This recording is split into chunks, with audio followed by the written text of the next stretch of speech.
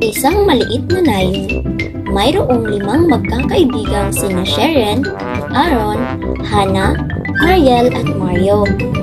Palagi silang naglalaro sa likod bahay ni Mario na may isang malaki at makulay na kahoy. Isang araw, habang naglalaro sila, napansin ni Sharon na may nakasulat sa puno ng kahoy. Ang kahoy na ito ay nagbibigay ng anumang hilingin mo.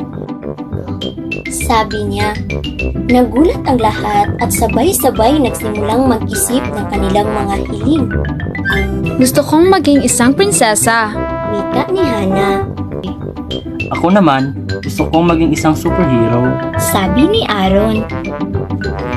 Gusto kong magkaroon ng maraming laruan. Sabi ni Mariel. Gusto ko maging pinakamalakas na bata sa buong mundo. Sabi ni Mario.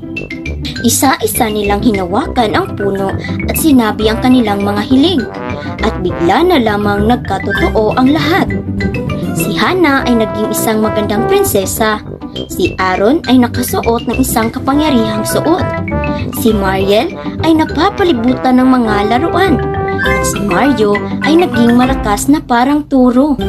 Ngunit sa halip na maging masaya, nagsimula silang mag-away. Nainggit si Hannah kay Aaron dahil sa kanyang kapangyarihan. Nainggit naman si Aaron kay Mariel dahil sa dami ng kanyang laruan.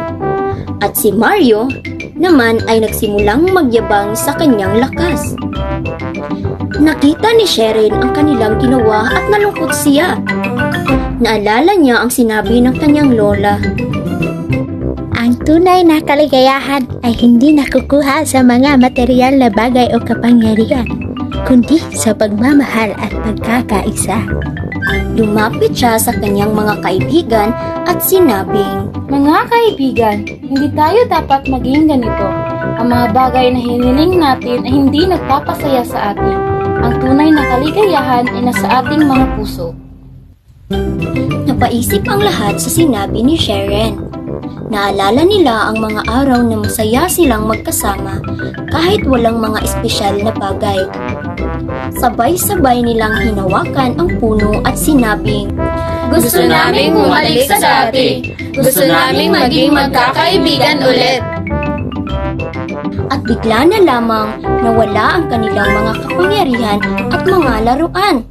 Bumalik sila sa kanilang mga normal na anyo, ngumiti sila isa't isa at niyakap ng mahigpit. Mula noon, hindi na sila nag-aaway. Natutunan nila na ang tunay na kayamanan ay hindi matatagpuan sa mga material na bagay, kundi sa pagmamahal, pagkakaisa at pagkakaibigan.